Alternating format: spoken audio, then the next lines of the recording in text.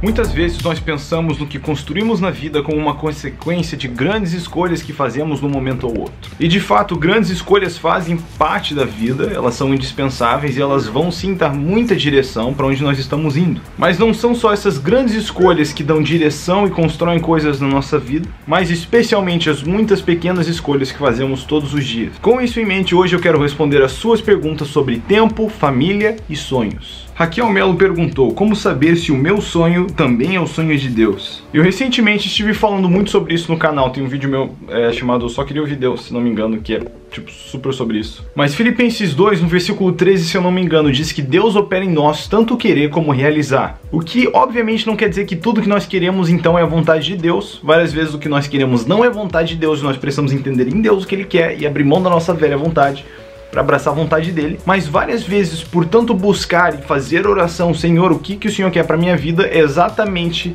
o que está no nosso coração, que nós parecemos querer tanto, que é a vontade de Deus. Só que obviamente a gente não faz só baseado na nossa vontade, no nosso entendimento, mas nós temos o Espírito Santo para entender de onde vem o sonho. Que também é a pergunta do Eliseu de Andrade: como discernir se um sonho provém da carne ou do Espírito? Bom, desde sempre, desde os tempos de Isaías, nós temos promessas do nosso Senhor que um dia nós seríamos aquele que veria, atrás de nós nesse caminho, dizendo: ei, não se desvie nem para a direita nem para a esquerda, ou se nós precisamos ir para a direita ou para a esquerda. Basicamente, nós podemos ser guiados e conduzidos pelo Espírito Santo, que é Deus. Então nessa vida, ou a gente pode perambular e ficar tentando entender o nosso futuro, ou a gente caminha com Ele. Deus é meu futuro, eu estou nessa caminhada com Ele, e mesmo sem entender 100% por onde estou indo, às vezes Deus me surpreende, eu acho que é para uma direção é para outra, eu estou caminhando nisso com Ele, então não tem estresse.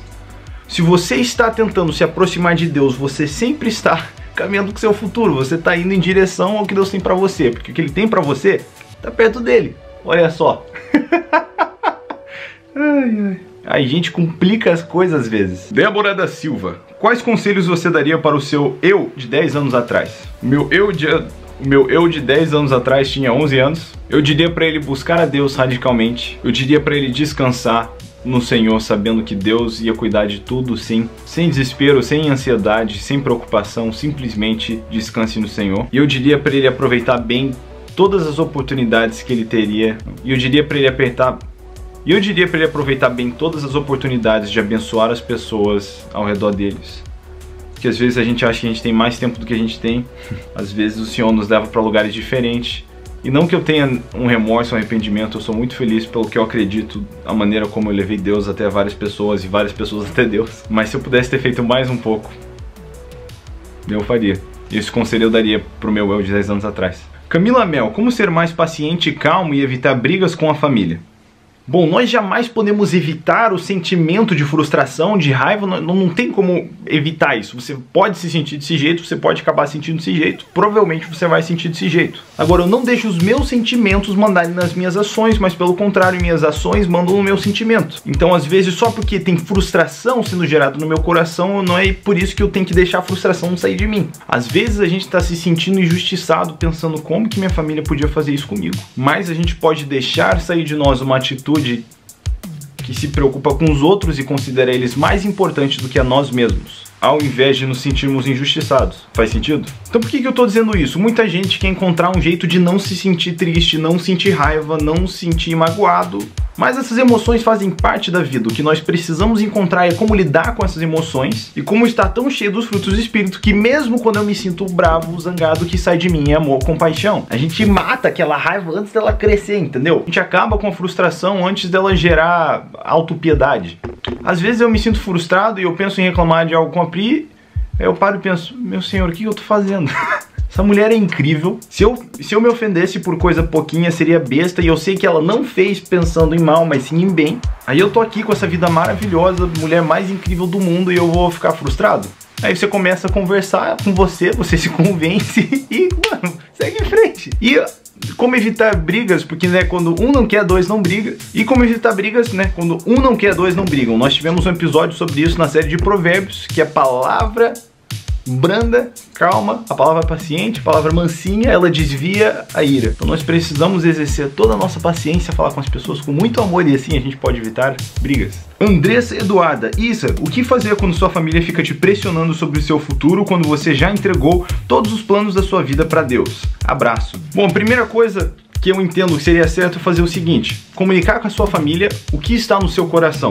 Se você entende que Deus está te chamando para descansar nele, entender melhor nele, o que é para... Se Deus está te chamando para descansar nele e confiar nele, então transpareça isso para sua família. Agora, se nesse momento onde você está descansando no Senhor, a sua família está fazendo pressão para você decidir algumas coisas, quem disse que Deus não pode usar a sua família para te ajudar a entender? Às vezes é esse descanso e ter entregado o futuro ao Senhor, com a colaboração dos seus amigos conversando com você, com a colaboração da sua família tentando te ajudar a entender o seu futuro. E essas coisas casando juntas nos trazem clareza sobre qual é a nossa direção. Eu entreguei o meu futuro para Deus, transpareci isso para os meus pais, mas eles ainda marcavam pressão e diziam: e aí, qual que é o plano? O que você está pensando? O que você está entendendo? Eles me ajudavam a encontrar isso em Deus, mas tinha pressão do mesmo jeito. Apesar de confiar nessa vida, a gente jamais vai deixar de planejar, porque o Senhor espera que a gente faça isso. O Senhor espera que a gente faça decisões. Então, às vezes a gente pensa que é um ou outro, mas a resposta é sim. Verônica Pitzer, como é viver ao lado de uma pessoa tão maravilhosa quanto a Pri? É um sonho. A Pri é maravilhosa. Admiro vocês dois individualmente e também como casal. A Pri é a mulher mais incrível que eu já conheci. O coração que essa moça tem pela igreja, o coração que essa moça tem por Jesus. Uma das coisas que eu amei nela desde que a gente se conheceu, que eu percebi na hora, que se rolasse algo entre nós, eu sempre seria o segundo homem da vida dela. E a Priscila, ela ama Jesus radicalmente, ela é completamente inconformada com o que tem de errado do mundo. E eu agradeço a Deus porque eu sei que nossa família corre muito pouco risco de poder se acomodar e ficar confortável, porque aquela moça ali não vai descansar enquanto o mundo não for mudado. Sinceramente, a Pri é a guardiã do meu coração, minha encorajadora. Às vezes, várias vezes no dia eu tenho umas crises e eu tenho vontade de chorar e eu corro pros braços dela. Ela sempre me consola, me ajuda a me sentir melhor e, tipo assim, às vezes com muito carinho me ajuda a ver que eu tô sendo meio mané.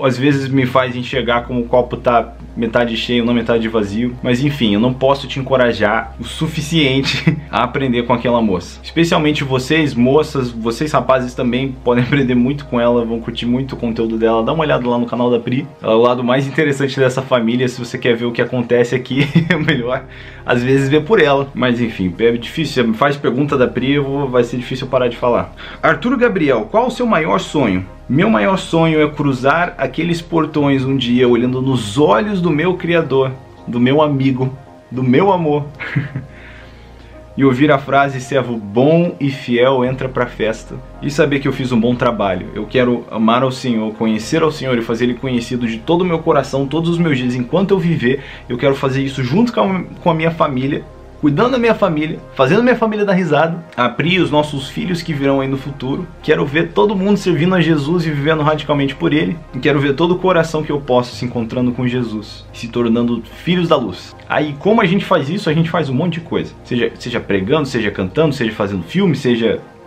dando piruleta. Tudo que a gente faz para a glória dele. Pedro Grama, você e a Pri costumam fazer planos a longo prazo?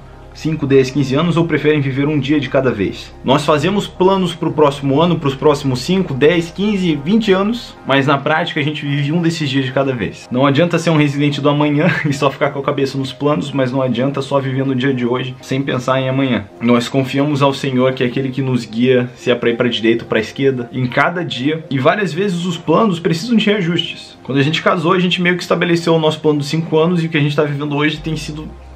Como está acontecendo, o plano tem sido muito diferente do que a gente planejou. Mas a gente vê como o plano de Deus para nós faz sentido, como até o que a gente pensou, o coração, a essência disso tem acontecido nesse tempo, só não do jeito que a gente esperava. Mas a resposta é sim. Jéssica Ferraz, como planejar os gastos domésticos? Estou casado há 1 ano e parece que dinheiro é meu inimigo. Planilha, oração e comunicação. Esse é um assunto que merece um vídeo inteiro. Vocês gostariam de ver um vídeo falando sobre como lidar com dinheiro? Como, não só com a minha experiência pessoal, mas eu até conheço umas pessoas boas que podem dar uns conselhos bons financeiros. Vocês gostariam de um vídeo, uma perspectiva bíblica de como cuidar de dinheiro? E Elias Rodrigues, última pergunta: esperar ter mais renda para casar ou casar e arriscar? Olha, ao mesmo tempo que nós precisamos ser responsáveis nessa vida, nós não podemos deixar o dinheiro fazer as decisões por nós. Antes de eu pedir a Pri em casamento, eu tava trabalhando, tava guardando dinheiro, eu tava ralando.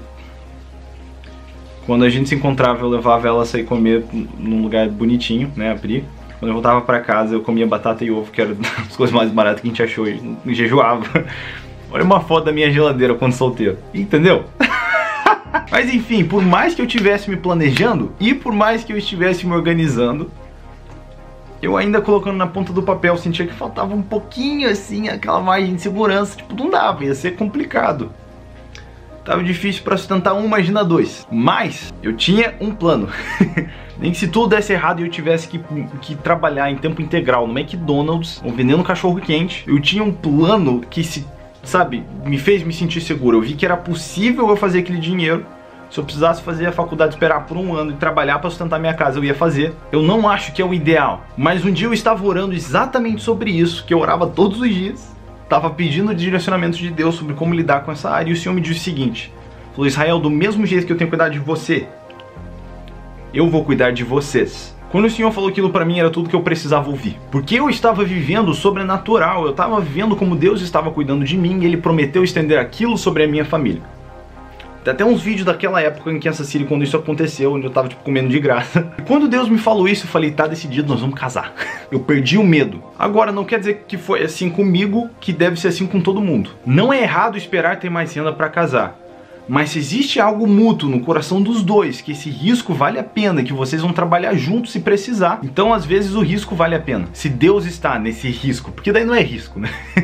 É simplesmente fé. Então, para simplificar, primeiro, não deixe o dinheiro fazer as decisões na vida. Entenda em Deus qual é o propósito. 2, não faça algo que vai prejudicar ou machucar a sua família.